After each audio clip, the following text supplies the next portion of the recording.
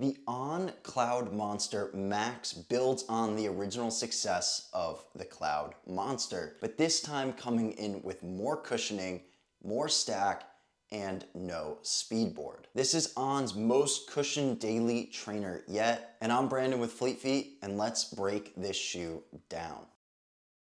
But before we can go anywhere, please make sure to like and subscribe to the channel. It really helps us as we continue to put out new videos. So let's just start with the upper like we typically do. The upper is breathable and made up of a lightweight knit. And not only does it look premium like other On products from the past, this one feels premium too. The tongue is nice and thin, the heel collar is padded, and the tongue is gusseted, which provides a really nice midfoot wrap around the foot. And when our team was running in this shoe, they didn't have any issues with fit or hot spots or blisters in it. The shoe also came in true to size. And just from my experience, when I was locking this shoe down and putting my foot in it, I didn't have any issues when cornering or with fit. And overall, I just had a really nice experience with this upper. It's pretty simple, it's nice and basic, but it does the job. It has minimal overlays to it, but it doesn't really need too much other protection here because the fabric here on foot is really nice and controlled. But if you're wondering whether this shoe or another On shoe will fit best for you, especially with these uppers, they're all changing and they're all a bit different. The best thing for you to do is go into your local Fleet Feet store, try this shoe on for yourself, go through the fit ID and outfitting process, and figure out whether this shoe or another shoe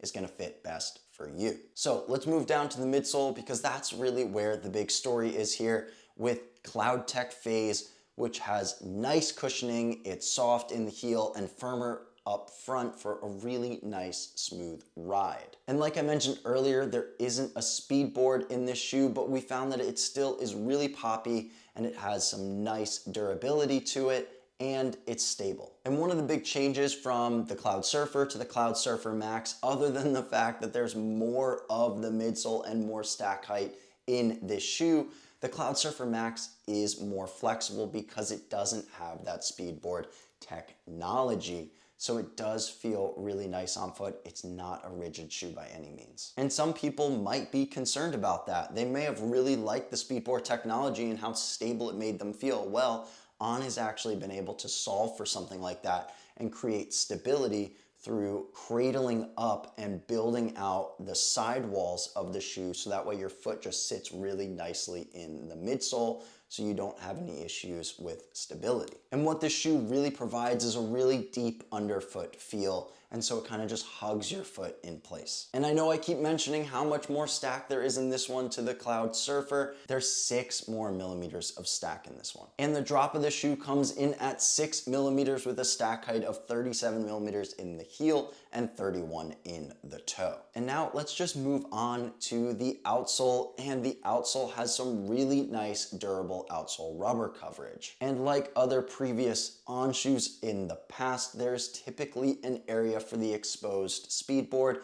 That isn't the case anymore. No exposed speedboard here because there isn't one, but if there was, you can tell that it's not very deep in the middle of the shoe, so you're not gonna have any issues with rocks getting stuck on the underside of the shoe. And as a result, what you get is a quieter and just nicer sensation on foot when going through your stride. And this shoe was mainly meant for comfort. So at the end of the day, On was thinking about what premium technologies, what premium materials can we put in the outsole to just make sure that it can work on a variety of surfaces, whether it's on the road or on decking or pavement or something different, that you can make sure that you can turn and you can twist or you can walk however you need to make sure that you're nice and dialed in and there's enough traction here. And when I was going on my runs, I mainly took this out for long runs or just easy run days, and I had no issues with any grip or traction. Now let's move on to the ride and performance. And a lot of our reviewers found that this shoe was not only stable, but it was really smooth underfoot. Most of our review team took this shoe out for long runs, easy runs, or just their normal daily miles. After running in this shoe, it's clear that this is not a speed day shoe. It's not one that you're gonna pick up the pace in or run really fast in.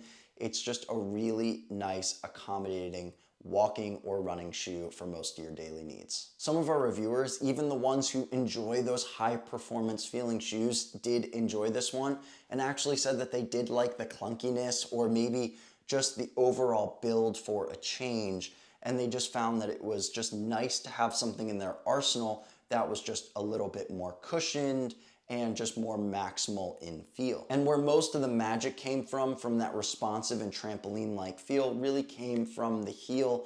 Most of our review team did find that the responsiveness in the heel was really nice. Though for those who are midfoot strikers, they may feel a bit differently about it and may not get the same sensation. But our team did agree that for how much stack height there is in this shoe, it is surprisingly very stable because of those high sidewalls and a nice wide base.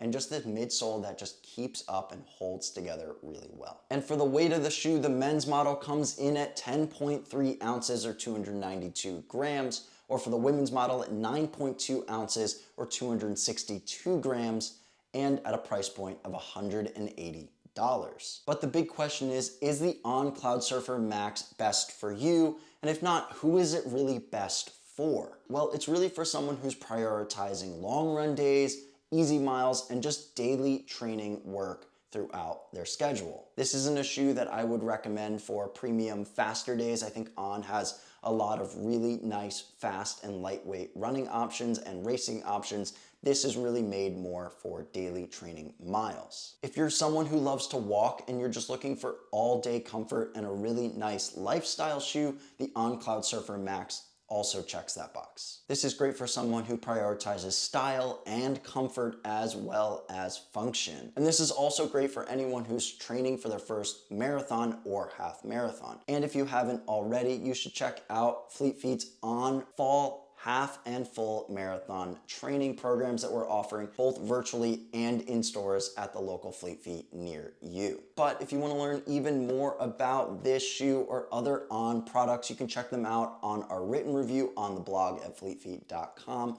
or you can check out all of our other shoe reviews right here on YouTube.